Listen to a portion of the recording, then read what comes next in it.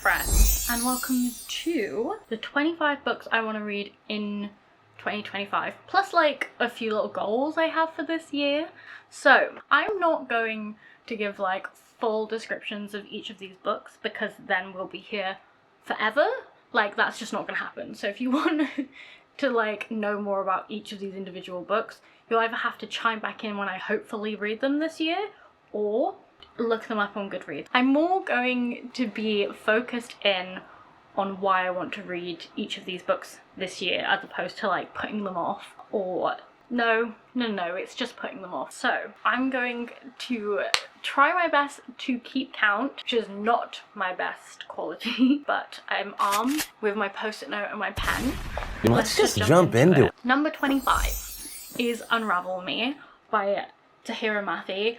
I need to keep reading the Shatter Me series. I've read Shatter Me and I've read the little story in between the two, which I don't remember what it's called. Ends in Me. I don't know what to tell you, but I need to like advance, because otherwise I'm going to be reading them forever, and I have so many of them and I just need to like actually read them. It's not like it's hard to read, it's very digestible, so just kind of need to get on with it. 24 is Any Way the Wind Blows. So this is for very, very similar reasons to Unravel Me, except for the fact that like this is the last book in the series. I could just finish this series. I could close a series and not have so many open series on my red shelf, and that would be ideal because then I get to flip the spines around and like it actually looks like a proper bookshelf rather than some sort of horrible crime line up in the literary world. This has even been annotated for me by my friend.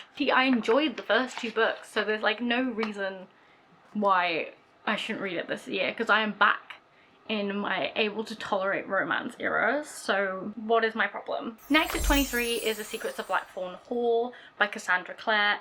This was one of the Kickstarter books. It is very pretty, but it's not very high up on this list because, as you'll see, I am not actually in the place to read this book yet.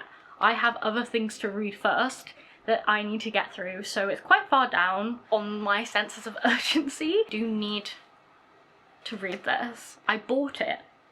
I paid money into a Kickstarter for it. I should definitely be reading it. Any of you who are like, oh no, the Kickstarter's lapsed, I can't get it, you can just scroll through Cassandra Clare's Tumblr to read this. I'm just lazy. Like, I'm just lazy and I like pretty things, but you're not necessarily missing out on anything by having skipped getting this from the Kickstarter. 22 is Darkly Dreaming Dexter by Jeff Lindsay. This is because the Dexter prequel is coming out and I haven't watched, is it called New Blood? The like series that they put out to be like after Dexter. I haven't watched that yet, but I know that the new Dexter, I think it's called Dexter New Blood, maybe. It has Sarah Michelle Gellar in it, and as we can tell from the Buffy shrine, that is my queen. And yes, I will be watching it.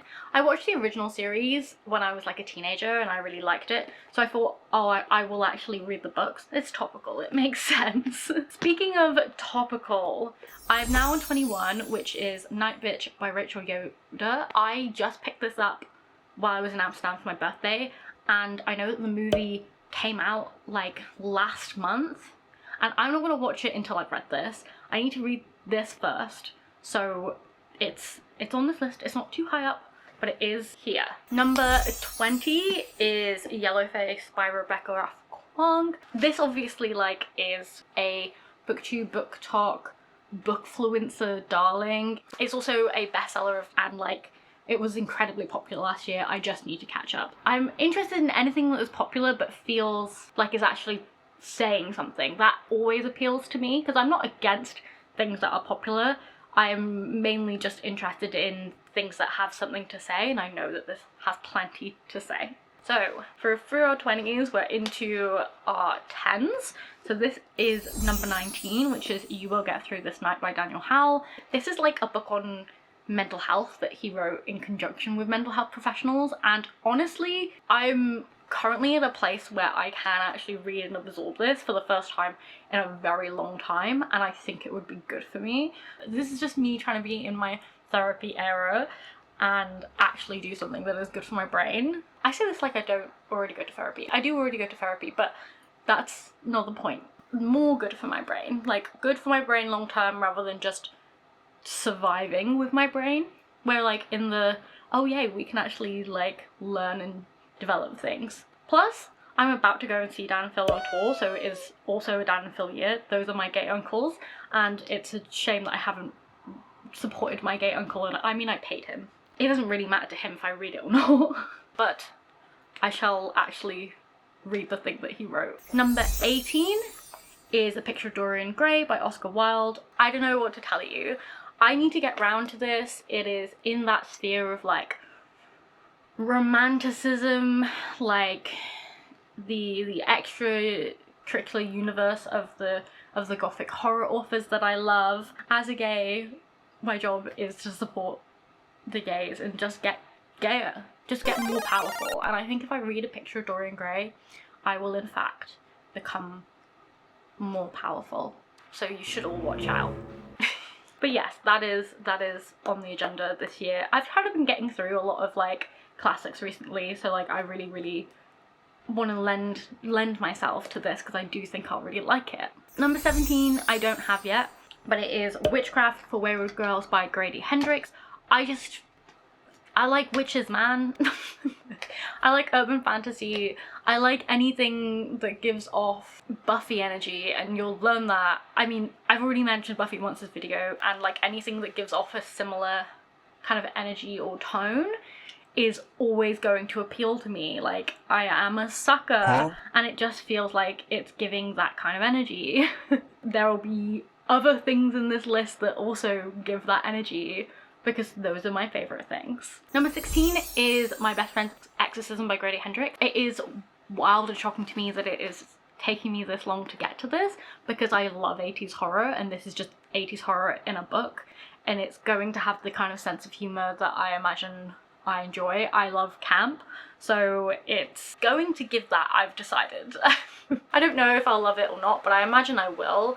And from the little bit of it, like the very first bit of it that I have read, I was really enjoying it, so it's just calling to me. 15 is another book I don't have yet, but I will have this year.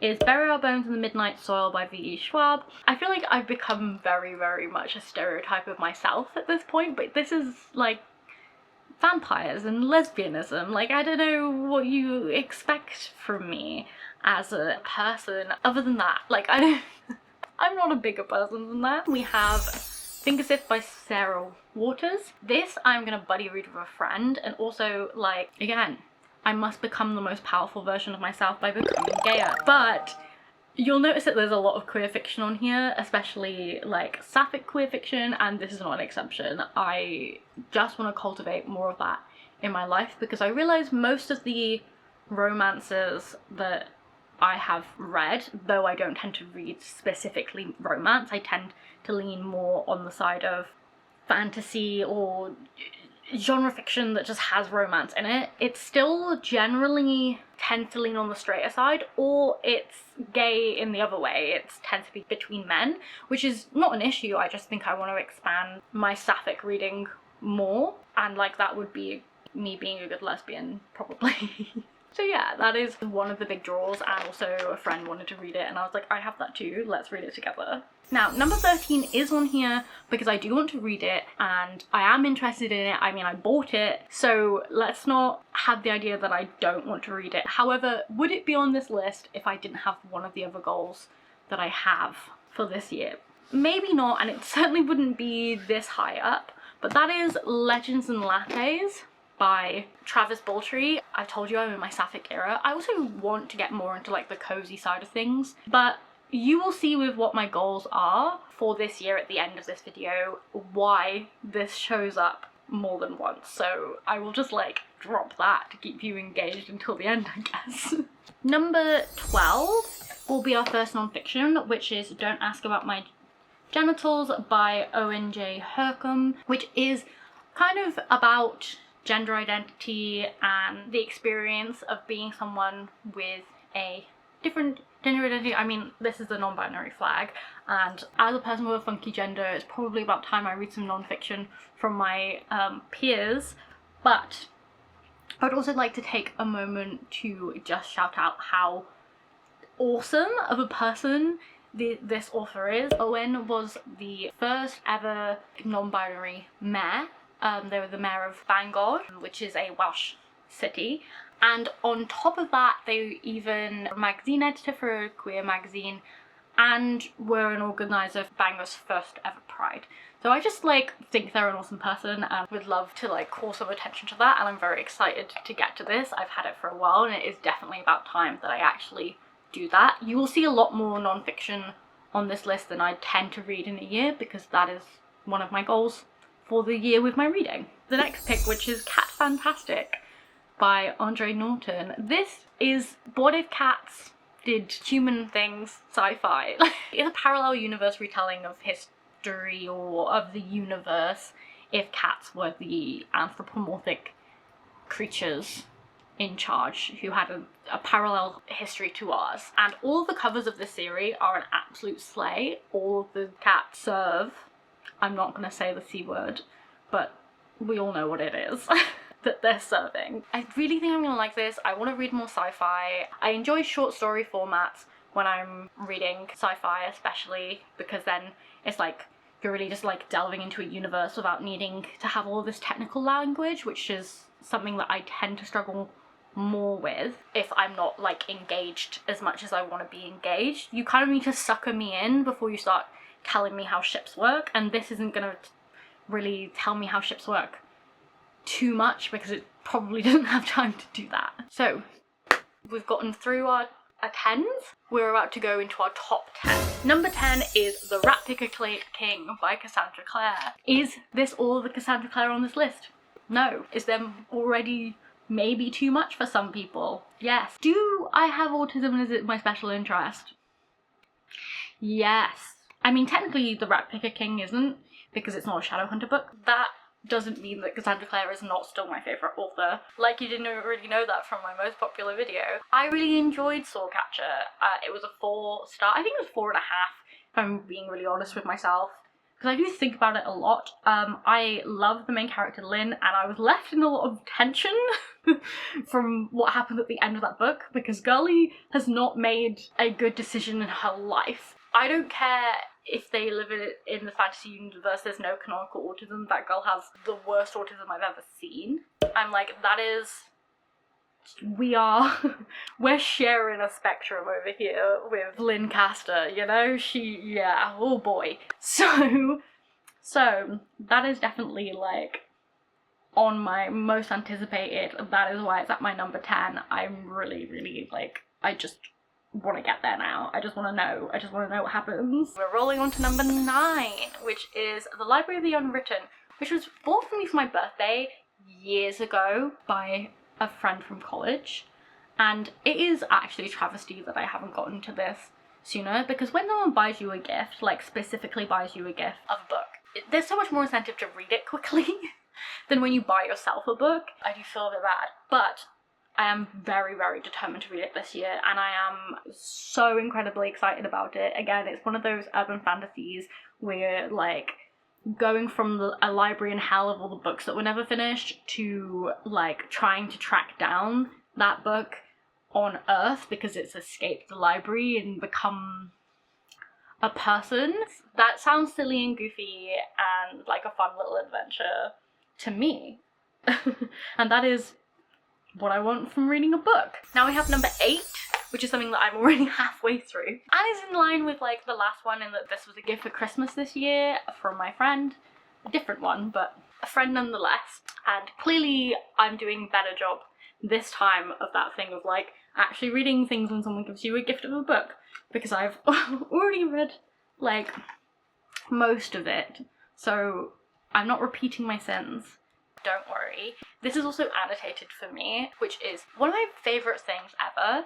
I would much rather a gift of like a book that someone loved, like their favourite book, and they've annotated it, being gifted to me, than being gifted a book that's necessarily from my wish list, or like a brand new copy of a book that like I wanted. Like, I would much rather they went, I love this thing so much that I'm gonna write in it all the things I love about it, and then gift it to you to read and also write in it. I guess it's a bit more pressure if you don't like it, but generally I tend to think that my friends have good taste, and also they are receptive to the fact that people have different opinions on things. This has been a good time and I'm already doing well with this list. Isn't that shocking?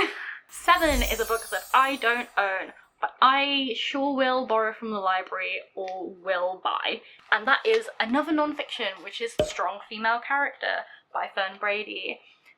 This is by a female autistic comedian, and I love Fern Brady's comedy. I really enjoyed her on Taskmaster, but I just love to listen to how her brain works because it's so similar to how my brain works, and considering how much I enjoy listening to her talk, I think I will enjoy her writing as well. I guess I'm like in my reading books that are a reflection of me era, which I don't know if it's a good or bad thing. We don't have to psychoanalyze that too much. Let's move on. Let's move right on to number 6, which is The Seep by Channa Porter. This is weird.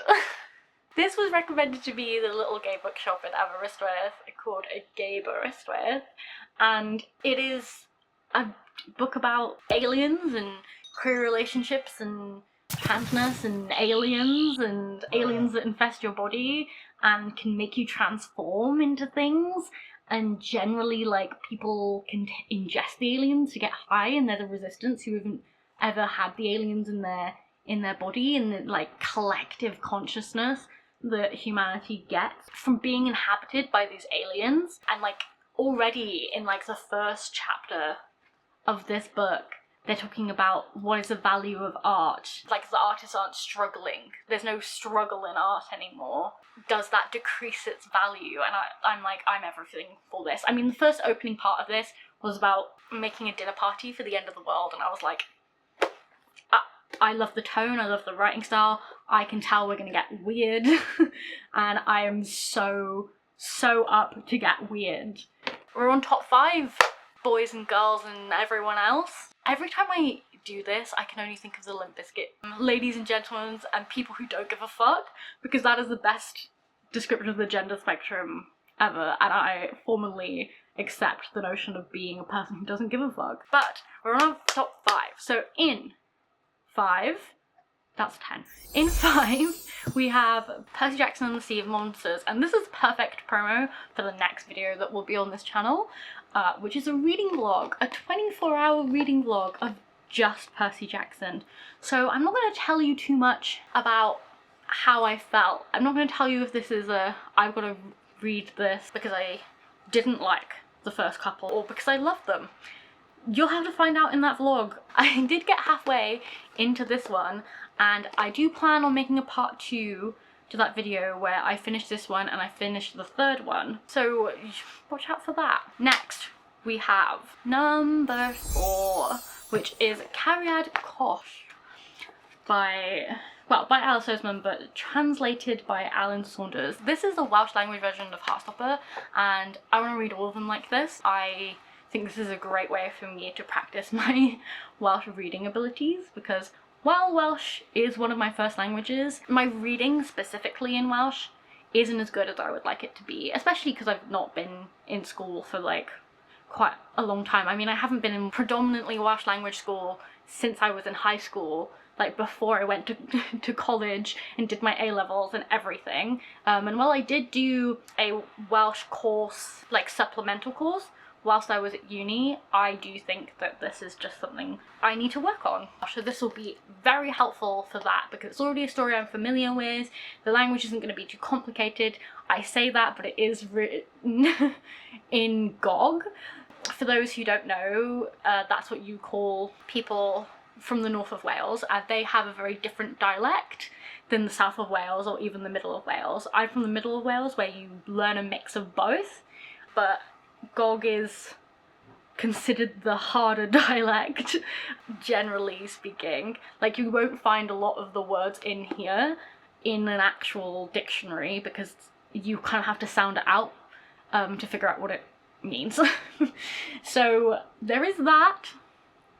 but I'm not too worried. I will figure it out, and I'm also very excited to make all the Welsh learners in my life also read this. Okay, now we're in the real exciting stuff. We are in our top 3. So, in number 3, we have I Spit on Your Celluloid by Honey Honeycutt. By Heidi Honeycutt. Honey Honeycutt sounds like Winnie the Pooh's dream girlie, I guess. Anyway, this is a non-fiction about women directing horror movies. There is an entire section on Jennifer's body. Yeah, there is so like, this is everything I could want to read a non-fiction about. It is not shocking why this is my number 3 and why I want to read it so badly this year, even though it is a thicker mama for me on the non-fiction side, but I am so excited by this. I'm like, wow, they made a book for me, especially for me. They couldn't have written this for anyone else as much as they wrote it for me, obviously. I need to calm down on this in this video because I've already made several jokes about being obsessed with myself, and I promise I'm not actually obsessed with myself. I'm sorry, this is my number 3 because it's clearly cool as fuck. I don't make the rules, that's just what they are. So, in number 2, in the running up place, we have Chain of Thorns by Cassandra Clare, because I still haven't read it. I was not in my being able to tolerance romance era. It wasn't gonna happen. I wouldn't have had a good time, and this book deserved me being in the mood to read it because I know I will love it. I know the series will become my favourite of all of the Shadowhunter series, and I need to read it this year because if I don't, my best friend who borrows my copies to read this series might actually murder me because she's already been waiting like a year and a half, yeah, to read this. So I need to sort my shit out, and I need to read it for her sake. And also for my physical well-being at this point, because I can imagine, like, she'll just be like, look, my guy, like, at this point, I'm just gonna have to take things into my own hands, and I'll be like, oh no. Oh no. So yes, this is definitely happening. So, what is my number 1 spot? Are we all excited? Are we all feeling some tension, some anticipation? I don't think you're gonna be able to guess what it is. So if you are gonna guess right now, and then understand that you will be wrong. Because it is The Loneliest Girl in the Universe by Lauren James. And you might be asking, what is that? And I will tell you, it is a book where you don't know whether it's gonna be a thriller, like a psychological horror, or a lovely, nice romance. It's set in space. There's this girl, she's on a ship. She was born on the ship, it's going to another planet, and her parents died, so she's been there by herself for like a couple of years now, and they've just sent another ship that can catch up to hers with a boy on it, and she is like losing her mind about who is he gonna be? Is he gonna be nice? Is he gonna be terrible? Like, well, you know, like all of her hopes and anticipation, and I'm also there with her. I'm like so there with her. I'm like, oh my god, what's gonna happen? So this is just a testament to, if you write a book with an intriguing enough premise or start, I will make sure I read it very quickly because I'm not good at dealing with anticipation or like not knowing things or not being able to like predict things. So that is a surefire way to get me to really buy into and read a book. I have to read it because I have to know, otherwise I'm gonna go crazy. I guess if I go crazy, I've got like the perfect book for that. Anyway, that is my number 1 pick. So I hear you ask, what about these goals you were talking about earlier? And I mean, you didn't really explain the thing with Legends and Lattes. So my number 1 goal is to complete all of the Goodreads challenges. They've kind of rejigged the Goodreads challenge format where not only do you pick how many books you want to read a year, I picked 25, but there are 25 here, so I guess I'm gonna have to read more than 25. Otherwise, you've just seen all the books I'm gonna read this year. I guess that's kind of fun in a certain way, because then you're like, oh, I want to watch her read this. You know that's gonna happen. But I don't know if I will actually talk about all of these on here, So regardless, it's set at 25, but hopefully I will read more. Apart from the setting of a number that you want to read, they've started putting out more specific challenges, which I am so for. I love gamifying things and I love the concept of giving me a bigger challenge, and this book covers 2 of the challenges in the Goodreads challenges. So this covers reading one of the most popular books from last year, and it covers reading the most popular fantasy books. And I love a 2-for-1 deal. I am an economical girly. This is the type of girl math that I do. So that is why it was so high up and why it's so important that I read it, because otherwise I'm going to make myself read double the amount of books for the same reward, and that just doesn't sound smart. My second reading goal for the year is to read every day in January, and so far, as of time of recording, we're on January 10th. I have managed to do that. I have in fact read at least a couple of pages every day so far. Next goal is to get a 100-day reading streak where I read once a day every day for 100 days. Last year I got to 91 and then I failed, and that is the most heartbreaking thing that could have happened. So I'm hoping that this reading from January thing will like spur me on, because by the end of that I will have 31 days back to back, so I might as well go for the 100. It's giving me a good incentive, it's giving me a good starting point, and it is also giving me a good head start of reading all of these books on this list. Because, I'm not gonna lie, it's a little bit intimidating how many things there are, and especially with the fact that I'm going to be reading a lot of other stuff for content and for you guys. So number 4 goal-wise is I have a very big mystery project where if you are one of my close friends or family members watching, you know what this is. But I'm really hoping to actually do it and complete it for you guys to get to see it. So I need to scoot my boot, as they say. And then lastly, goals-wise, is to just post on here consistently. I obviously found it very difficult to do that last time I was doing this, and this time it's been, you know, a bit of a struggle here and there. I kind of like posted before the holiday season and then have returned after, so I gave myself some holiday, but my plan was to post more than that beforehand, and my plan was to start posting earlier than I did end up starting posting. But you know, we're all in this together. No. wrong thing. We are all just beings capable of what we're capable of. So thank you for watching this video. Please keep me to the goals that I have, and I would love to hear what your goals are, or what some books that you really want to read are. And also, this is a really funny year for me because I'm reading 25 books, as we've established. It's 2025 and I turn 25 at the end of this year, so hopefully I read these all before I turn 25, but I value that last like week and a half of December, so do not hold me to that at all. Do hold me generally to my goals, but do not hold me to specifically reading all of these guys before my birthday. I will see you hopefully in the next video, and please like and subscribe to 1, help me, and then 2, to help you see the next video. Thank you so much. Bye.